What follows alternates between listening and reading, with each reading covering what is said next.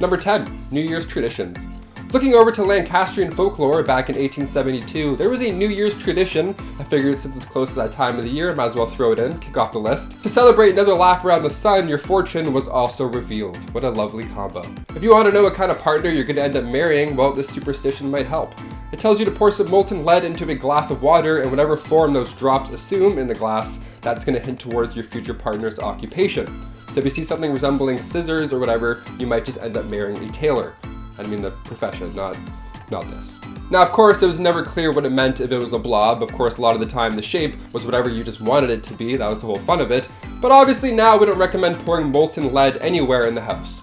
Just champagne. Number 9, daylight motion pictures. When the lights dim right before a movie starts, I get so pumped. I don't just mute my phone, I turn that thing off. Hell, sometimes I'll leave it in the car. I don't want anything to do with it. Movie theaters are an event. I don't care if we have seats ahead of time also, we're showing up early. That's just how it is. Daylight motion pictures were a thing back in the 1910s. It was basically a movie theater where the lights are all the way up the entire time. I have a hard enough time watching an after credit scene while people are moving around, let alone an entire movie while the room is fully illuminated. It's like watching a movie like this, surrounded by lights. I can barely do this, let alone watch a movie. That's crazy. But back then, people hated dark auditoriums for many reasons. They did this as well to avoid eye fatigue. That's what happens when your movie is so boring, you just fall asleep. This trend moved across the country and a bill was later passed so theaters had to be sufficiently lit enough so that you can at least see who's next to you. And next up, there were complaints about movie quality, but at that point, historically, women were starting to feel safe enough to sit in dark theaters, so thankfully, they were allowed to dim the lights after. I'm glad they didn't stick around though. I can't even have a lamp on when I watch a movie, let alone all the lights. Number 8, the arrow remover. Ah yes, finally, just the thing that I need to remove this arrow from my knee. It's about damn time. This device will surely solve that problem.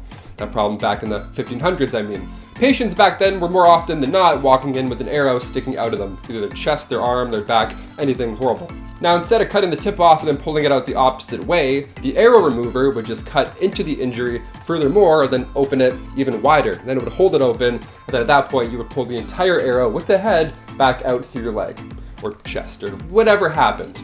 They would open it up and pull it out, instead of just snipping it and doing that. Sounds awful, right? Yeah, let's never do that again. Number 7, electrified water. Never put anything electric near water. I'm just gonna start by saying that right off the bat. If you didn't know that, here you go, thumbs up for knowledge. Health and safety McWaters, let's do it. Just doing my part. In the early 1900s, electrified water was said to help cure hangovers. If you dipped your hands in it, of course. You don't drink it, you just gotta. And then all of a sudden, you're hydrated. Somehow. If anything, this was just a waste of time and money. The charge stopped well before you'd come in contact with it, and also it didn't wash your clothes without soap. That was also a big rumor with electrified water. It would just somehow wash your clothes and get those stains out. Magic.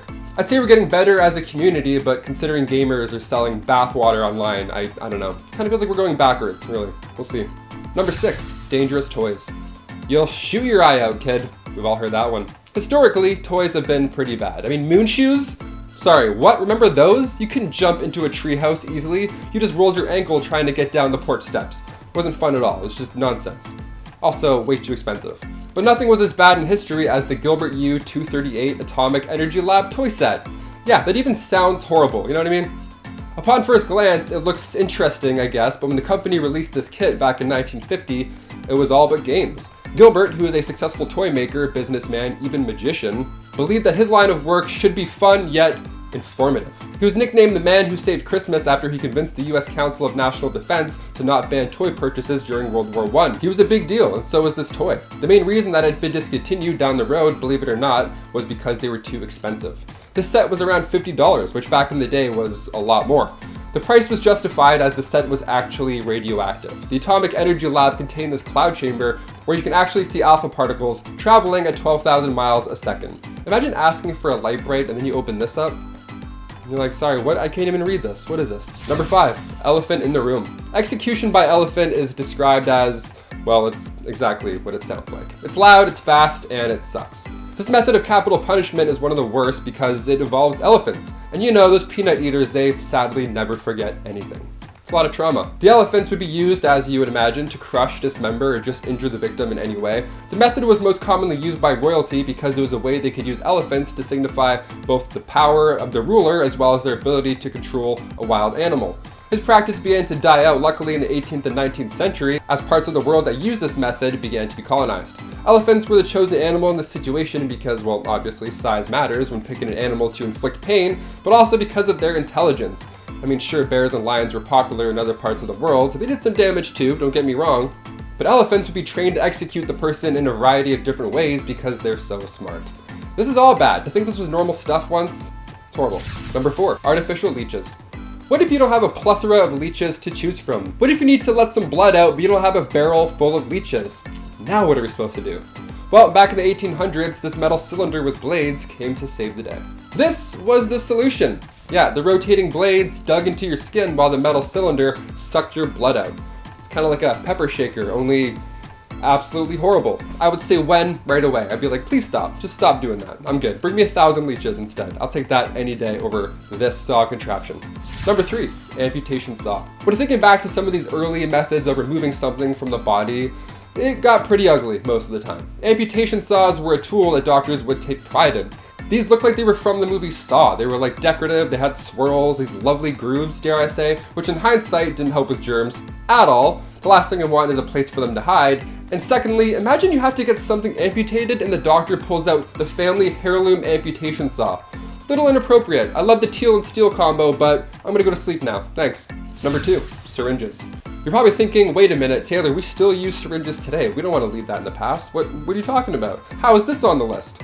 Syringes used to be massive, comedically large. I can't do needles or like tattoos as a 27-year-old, let alone one of these things. No, I'm sorry, I'm good, I fold.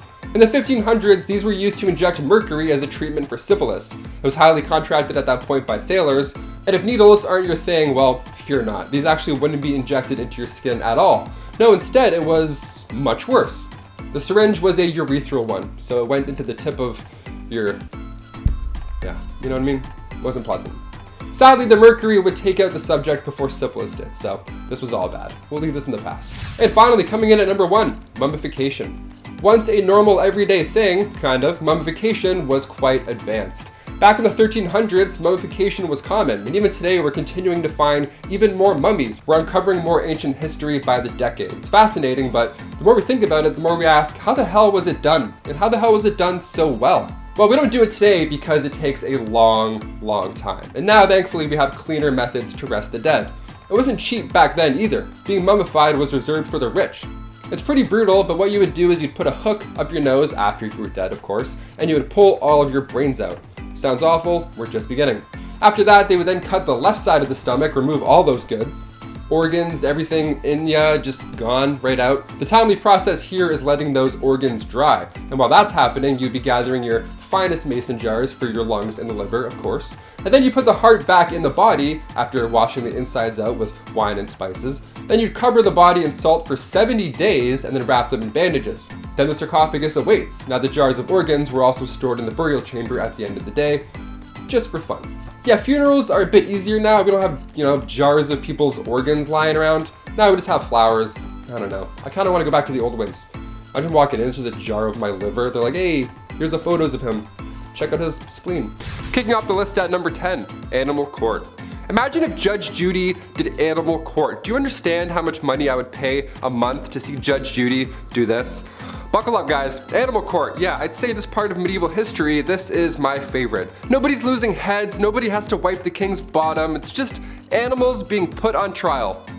Simple as that. I'm not even talking about the Salem witch trials also, by the way. That's like a completely separate thing. I mean, if animals would break the law, they would have to show up to court and face the music. There were reportedly 85 animal trials that took place during the Middle Ages. It's a lot of trials. It's a lot of time for an animal to be on the stand. That's incredible. They're mentioned in the book Criminal Prosecution and Capital Punishments of Animals by E.P. Evans. Just a wild book in general, definitely check it out. Pigs were more often than not the bad boys of the barn because they would bite humans, right? They would rip off body parts sometimes. So they would be found guilty and then sentenced to death. One of two things would happen at this point. They would burn them at the stake, which is just making food, I guess, or they would hang them, which is just so sad. Either way, it's pretty horrible. When I was in high school, I took law. We went to real courts to observe and whatnot. Imagine going on a field trip, going to real courts, and then you see this. Comedy? No. I'm for sure studying law after today. Number 9, pointed shoes. Whenever I see medieval anything for that matter, I always admire the shoes. What are those? What are those? I hate buying shoes today. They're so specific in size and style. Walking shoes, running shoes, trail shoes. They're so expensive and they don't last long at all. I've never seen a new UGG. You know what I mean? They're always salty, they're always broken, just horrible footwear, right? Nobody does it like the medieval times anymore, specifically krakows. Krakows were a style of shoe commonly worn in the 15th century in Europe, and they look ridiculous. Maybe that's why I love them, I don't know. Long-toed shoes first appeared in the 12th century, but the krakow, this thing was twice as long as your foot sometimes. Just so stupid. These meant business, apparently. Better watch your ankles, Beth.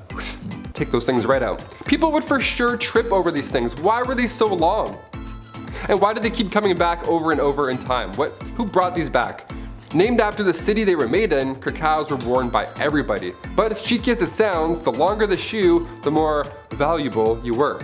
So now it turned into a joke all of a sudden. People wearing these massive shoes that just look stupid. Shoes that were 3 times as long as your foot sometimes. That's not cool. There's no way Carol from Clifton Castle was looking at your shoes being like, oh my god, who is he? No, that's not how it works. That's ridiculous. You ever walk around in pool flippers? You do that big silly walk? That's the walk you would do in these. No one's looking cool in krakows. They would be stuffed, of course, because that would be pretty hilarious if they weren't just flopping around all over the place. They'd be stuffed with horsehair or moss. A little bit different than Dr. Scholl. But the insane part here is that these things were so long, a string would be needed to be tied from the tip of the shoe to your knees so they don't, flop over. Had that cool curve. I'm gonna be the first guy to moonwalk in a krakow. That's when I'll get TikTok. Number 8, a scribe. I kicked off this part 2 with animal courts, but one thing we don't see as often anymore, and I sure wish we did, was a scribe. Scribes would copy text, something that would take months. You ever read the terms and conditions to an iPhone? Imagine life before copy and paste. You had to write that out one by one word at a time. It was a process. I mean, first you had to convince somebody to let you borrow their codex for months at a time, which was a process that comes at a high cost. A lot of trust there for sure. I'd let my friends borrow my phone chargers, let alone my codex. Know what I mean? Many didn't know how to write, and to be fair, if I magically got transported back to the Middle Ages right now, they wouldn't be able to read my chicken scratch.